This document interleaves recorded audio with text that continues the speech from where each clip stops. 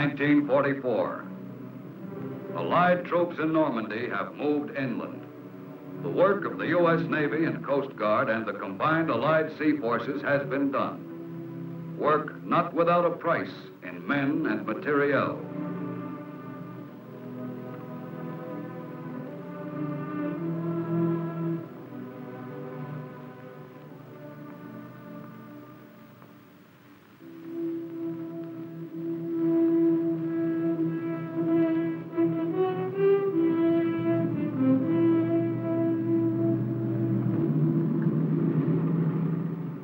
Began many months earlier. In Chesapeake Bay and other sections of the American coast, untested sailors and soldiers learned the task of getting from ship to shore. But that time, the shore was a friendly one.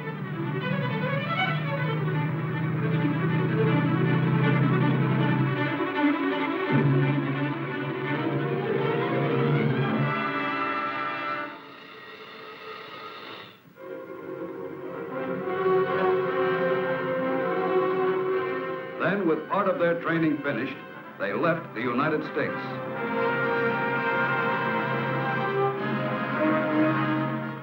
Late in the winter and all through the spring, the great convoys moved eastward across the Atlantic. Aboard all the transports, life was the same. The troops relaxed and waited for the voyage to end.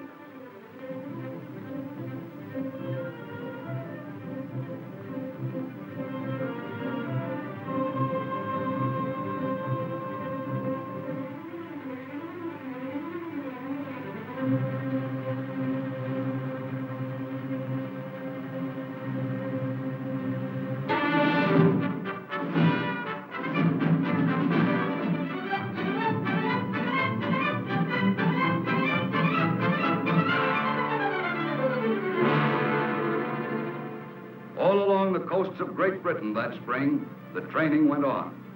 Navy and Coast Guard landing barges practiced landing operations day and night.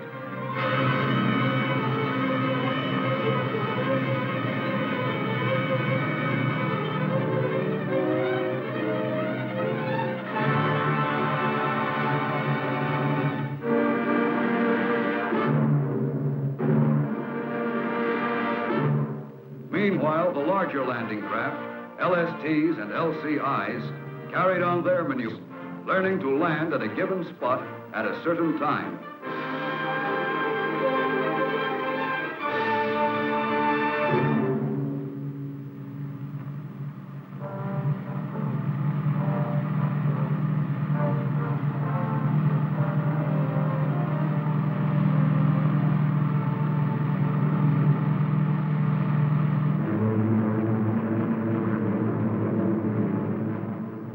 Days of preparation, Allied planes, thousands of them, continued to soften enemy defenses and communications in daily raids.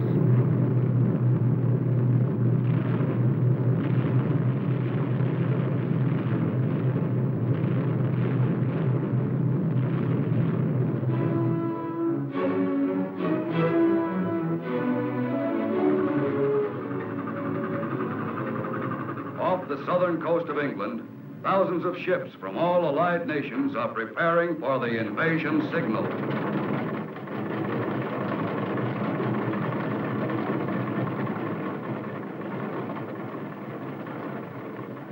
Navy and Coast Guard crews make last-minute preparations.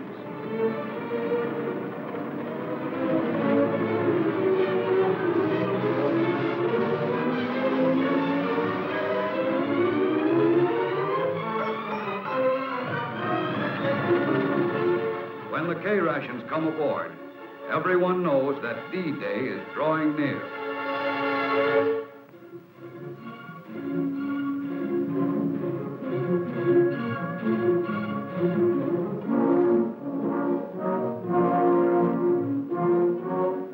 Somewhere in southern England, troops embark on LCVPs to be ferried to the waiting transports offshore.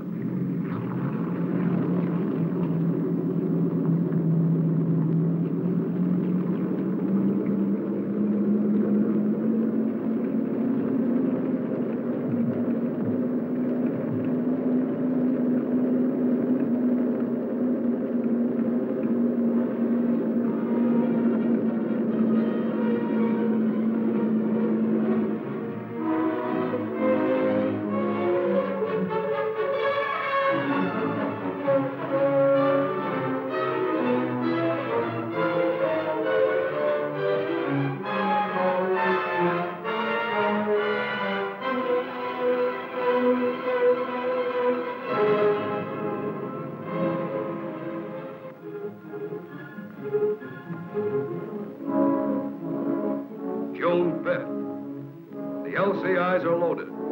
The next time these men step ashore will be on an enemy beach. There's only a little time left to relax.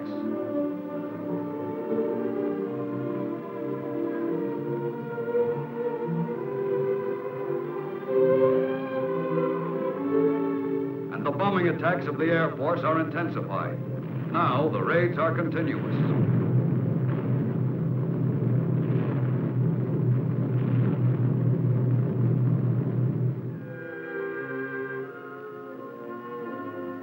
At ports of embarkation, the troops prepare themselves for their greatest battle.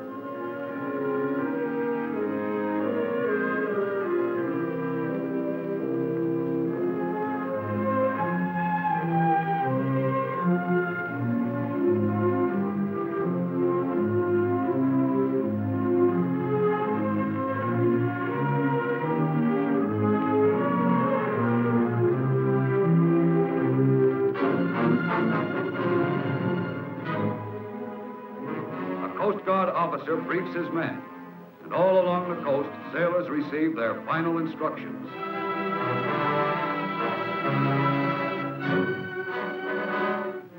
At last, the ships leave the coastal waters and move out into the channel.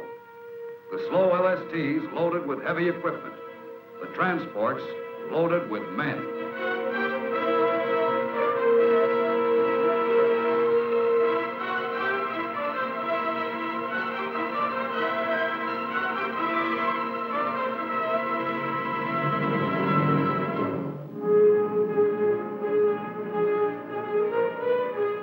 Fast warships screen the mighty invasion fleet from enemy raiders. At 15:30, a Coast Guard flotilla of LCIs leaves, loaded with engineers, medical corpsmen, and infantry.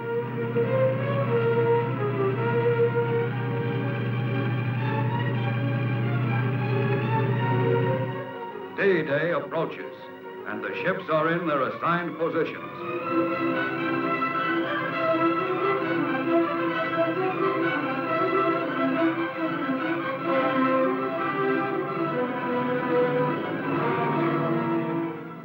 For some of them, like the Coast Guard manned transport chase, it is the fourth invasion in European waters.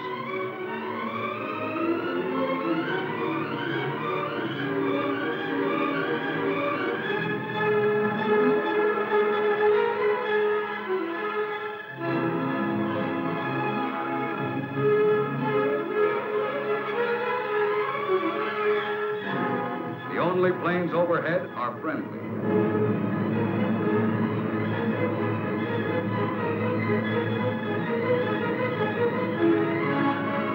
From the 83-foot Coast Guard rescue boats to the Navy's powerful battle wagons, the invasion fleet is moving towards France.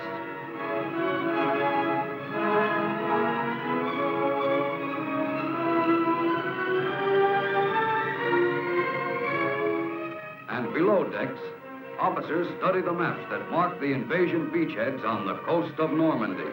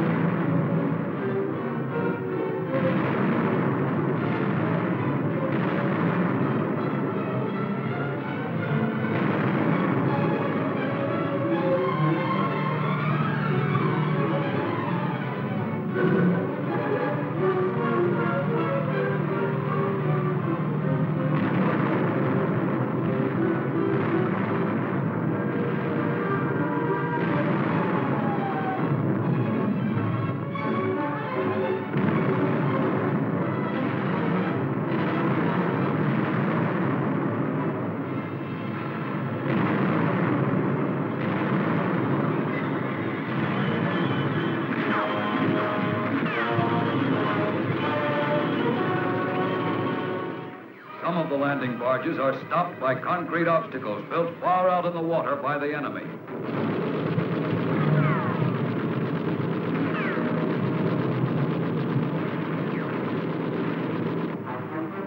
Offshore, the larger landing craft approach the beachhead slowly.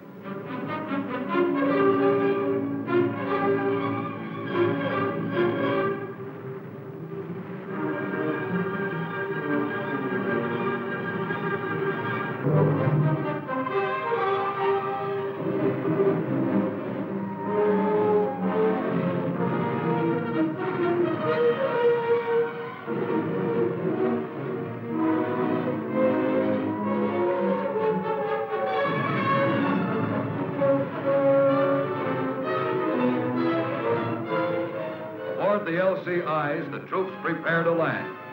The beach is still empty, and the crossfire of German guns still rakes the shore.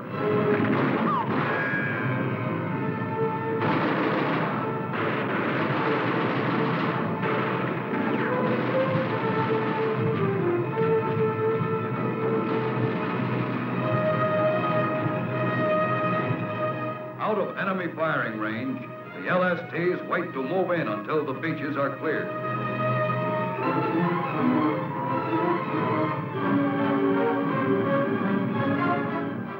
The arrival of motorized equipment marks the end of the first phase of the landing.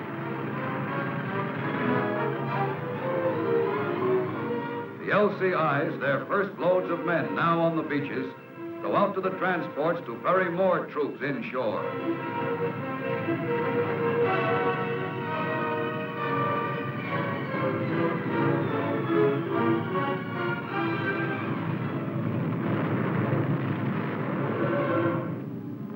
Still waiting beyond gun range, the LSTs unload supplies on smaller LCTs. Heavier equipment is transferred to giant rhino ferries, flat-bottomed barges that will land it ashore. And reinforcements arrive, thousands of men.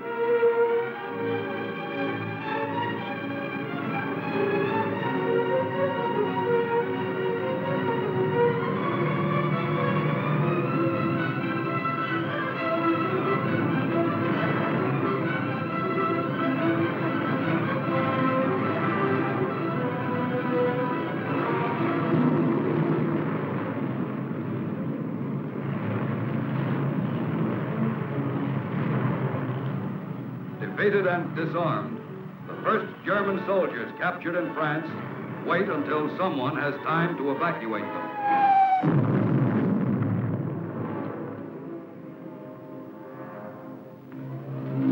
Out in the channel, the rescue boats of the Coast Guard are looking for survivors and aiding damaged vessels.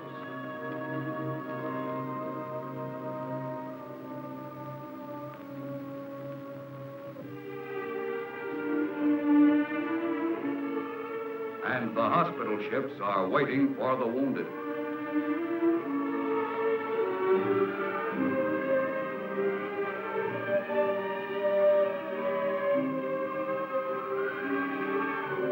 From a damaged Coast Guard LCI, a wounded man is transferred to another ship. The life-saving blood plasma goes with him.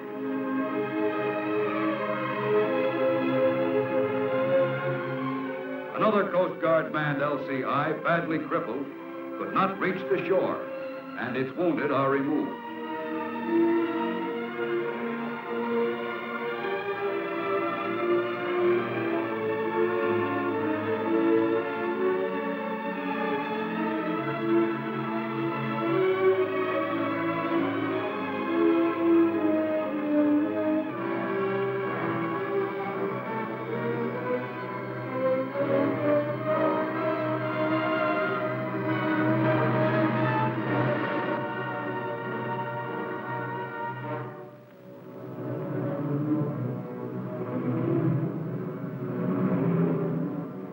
The beach is firmly in Allied hands now, and the vast extent of the operation is visible.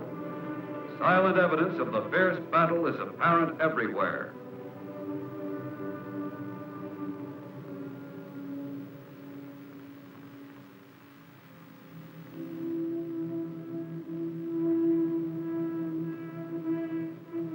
But in a few days, many of the damaged ships will be afloat again.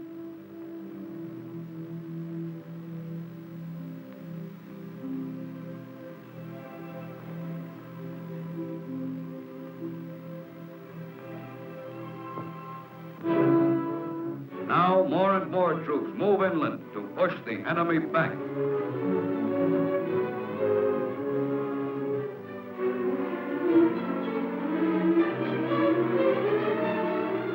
And the LSTs land their cargoes on the beach.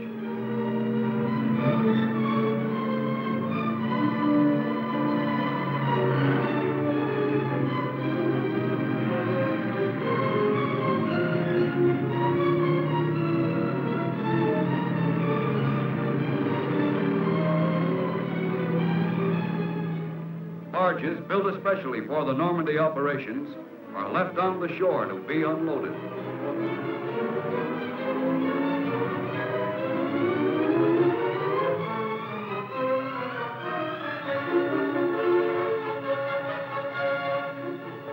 During the daytime, there are only Allied planes in the air.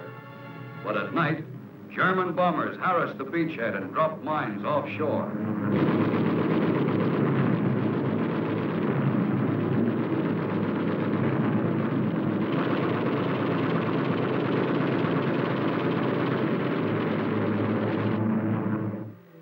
Out of sunken block ships, artificial harbors have been built.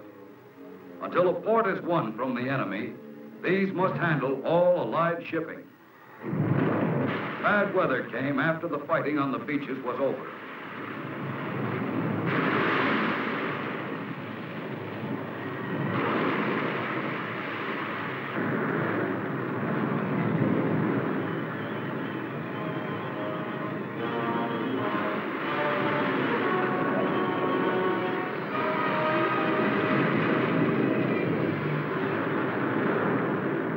The heavy storm left a trail of damaged ships.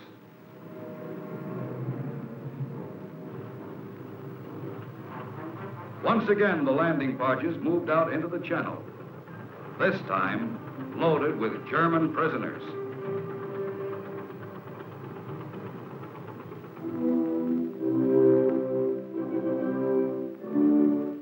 In England, prisoners board a Coast Guard transport. And ships which have carried thousands of American soldiers overseas now return westward with a different cargo, with men who were beaten and captured in Normandy.